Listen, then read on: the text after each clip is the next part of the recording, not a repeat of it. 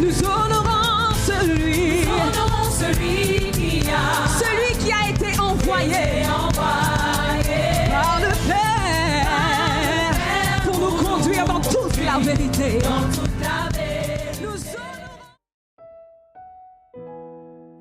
Shalom, shalom, peuple de Dieu, bonjour. Bienvenue à notre méditation et prière matinale du lundi 16 septembre 2024 qui nous sort du livre de Jonas, chapitre 2, verset 2. Nous lisons au nom de Jésus-Christ. Dans ma détresse, j'ai fait appel à l'Éternel et il m'a répondu. Du milieu du séjour des morts, j'ai appelé au secours et tu as entendu ma voix. Bien-aimés, nous connaissons tous l'histoire de Jonas. Bien-aimé, Jonas ne voulait pas, n'est-ce pas, obtempérer. Il ne voulait pas, n'est-ce pas, aller en mission parce que, n'est-ce pas, il pensait que Dieu exagère. Il a dit, moi je n'y vais pas, sans savoir qu'on ne discute pas avec Dieu, qu'on ne négocie pas avec Dieu. Lorsque Dieu t'envoie, tu dois obéir, sinon il va employer des mesures plus fortes. Même par force, Dieu va te faire obtempérer. Alors lorsque Jonas n'a pas voulu obéir à la mission que le Seigneur lui avait confiée, le Seigneur a utilisé des méthodes fortes. Il s'est retrouvé, n'est-ce pas, jeté dans la mer. Bien-aimé, au fin fond de la mer, il n'avait plus de secours. Il ne savait même pas s'il allait survivre. Il ne savait même pas où le secours allait lui venir. Bien-aimé, qui vit dans la mer pour te secourir? Qui vit dans la mer pour te secourir? Il n'y a que des poissons. Bien-aimé, mais Dieu, notre Jésus-Christ a marché sur les eaux, a marché sur la mer. Ça veut dire qu'il domine sur la mer, sur la terre, dans le ciel, dans tout l'univers. Alors, lui qui a créé les poissons, il a donné un ordre au poisson. Et le poisson, n'est-ce pas, a avalé Jonas. Pas dans le but de le manger, pas dans le but de le tuer, pas dans le but, n'est-ce pas, de le détruire, mais dans le but de le secourir. Bien-aimé, il n'y a que Dieu qui peut t'apporter le secours où personne n'existe. Bien-aimé, il n'y a que Dieu qui peut te secourir où personne ne passe. Tu peux te retrouver dans un endroit où il n'y a personne. Tu te demandes comment est-ce que je vais m'en sortir. Mais sache que où il n'y a personne, tu es avec un Dieu omniprésent qui est présent partout, en tout. Alors, Jonas, dans toute sa frayeur, Jonas était déjà démoralisé. Mais lorsqu'il a vu le secours de l'Éternel dans la mer, dans la mer, qui est dans la mer, qui était même au courant de la direction que Jonas a pris dans la mer pour venir le secourir. Quel filet pouvait le pêcher? Il n'y avait même pas un pêcheur pour le pêcher. Il était seul face à sa détresse. Il était seul face à sa tribulation, face à sa souffrance. Son père n'était pas là, sa mère n'était pas là, sa femme n'était pas là, ses enfants n'étaient pas là, personne n'était là. Mais Dieu était là. Et c'est en ce moment qu'il a compris qu'on ne joue pas avec Dieu. Lorsqu'il a pu s'en sortir, il a dit, dans ma détresse, j'ai fait appel au secouriste par excellence. Il est venu, il m'a répondu. Bien-aimé, notre secours nous viendra toujours de Dieu. On a beau essayer, n'est-ce pas, de chercher des solutions ailleurs. On a beau essayer d'appeler les amis, d'appeler la famille, d'appeler les collègues quand tout va mal dans notre vie. On a beau essayer, mais toutes ces personnes seront toujours limitées. La seule personne qui garantit ton secours, qui garantit ton salut, c'est Dieu, c'est Jésus-Christ.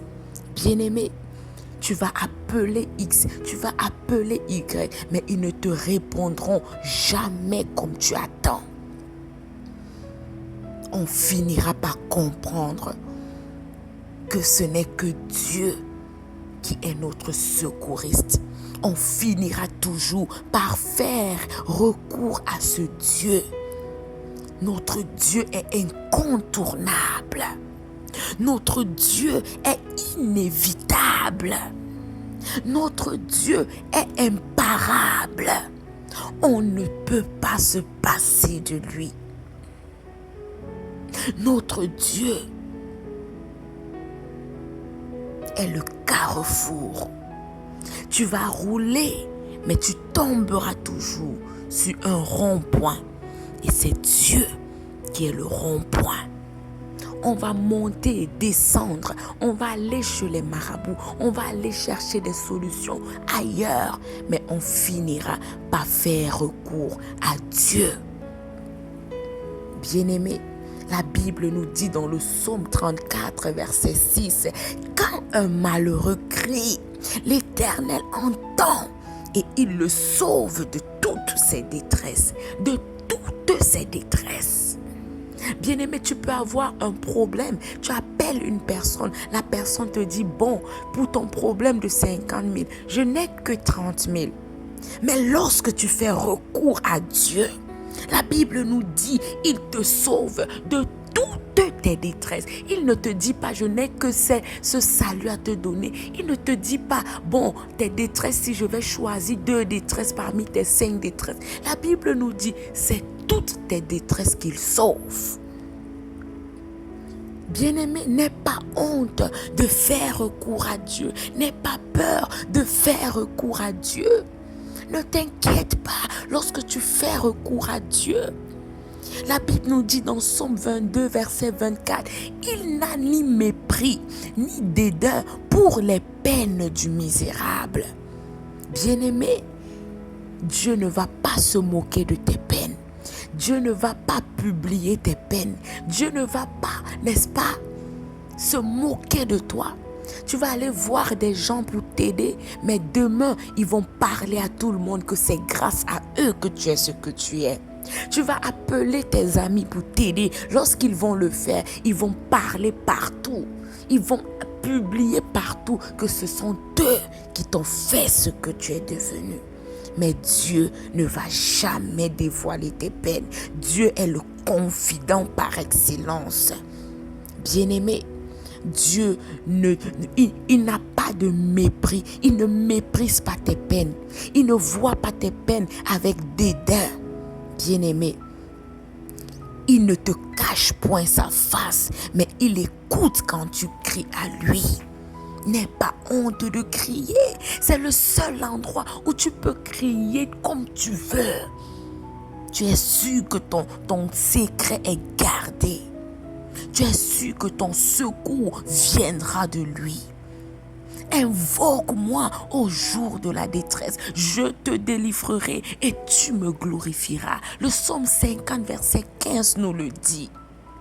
La Bible nous dit encore, Dieu est pour nous un refuge et un appui, un secours qui ne manque jamais dans la détresse.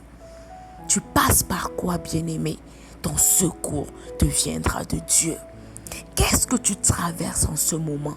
Ton secours te viendra de Dieu seul.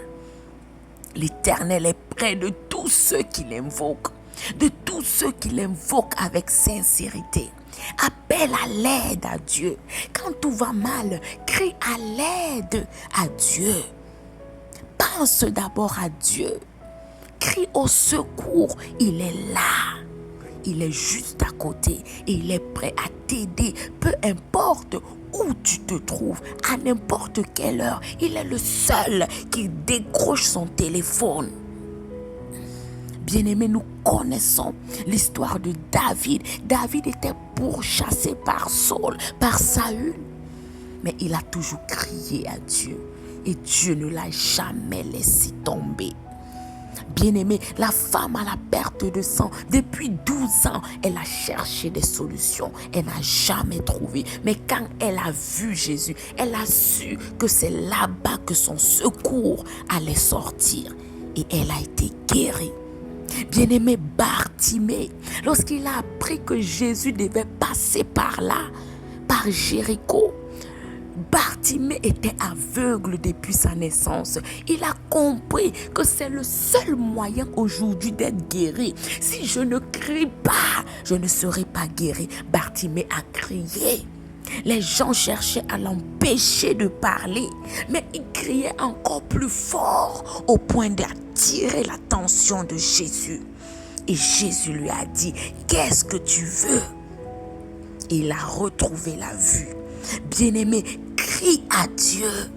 Crie plus fort. Ne te laisse pas intimider. Ne te laisse pas influencer. Ne regarde pas les gens. Crie à ton Père. Parce que ce n'est que lui qui peut te secourir, qui peut te sauver, qui peut te guérir, qui peut te délivrer, qui peut changer ta situation. Bien-aimés, les disciples dans la barque, Jésus dormait. Les disciples se sont vus. Le vent était en train de balloter la barque dans tous les sens. Ils ont crié, ils ont crié, ils ont crié. Le secours est venu de Jésus qui a calmé la tempête et le vent. Bien-aimé, qu'est-ce que toi tu attends pour crier à Dieu? Qui est-ce que tu attends pour crier à Dieu? Tu attends couler? Tu attends te noyer? Qu'est-ce que tu attends? Tu attends quand tu vas vouloir mourir? Crie à Dieu maintenant. Peu importe ce que tu traverses, ne néglige pas. Dieu est le Dieu des détails. Il veut intervenir dans chaque détail de ta vie. Alors, quand tout va mal, appelle papa. Quand tout va bien, appelle papa. Quand tout est sombre, appelle papa. Oh papa, il te répondra. Alléluia, nous allons prier. Père, nous voulons te bénir ce matin. Nous voulons te dire merci pour cette nouvelle semaine, pour ce nouveau jour, pour le souffle de vie renouvelé encore ce matin. Merci parce que durant toute la semaine passée, tu as été avec nous. Père, tu as voulu que nous soyons comptés parmi les vivants de cette semaine et de ce jour. Papa, nous prions donc que tu prennes contrôle, que tu veilles sur nous, que tu prennes soin de nous comme toi seul sais le faire. Alléluia, papa. Nous t'aimons tellement, nous sommes tellement heureux de t'avoir comme papa. Nous sommes tellement honorés de t'avoir comme père. Nous sommes privilégiés de t'avoir comme père.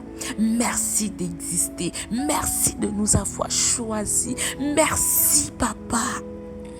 Nous voulons faire recours à toi en toute situation difficile. Nous voulons faire recours à toi seul parce que le secours nous viendra seulement de toi.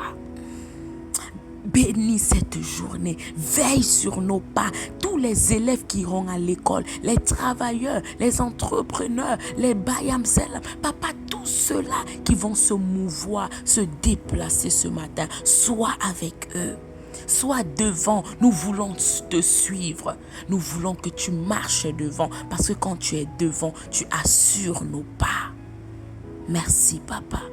Veille sur nous. C'est au nom puissant de Jésus-Christ que nous avons ainsi prié. Amen. Shalom. Excellente journée à tous.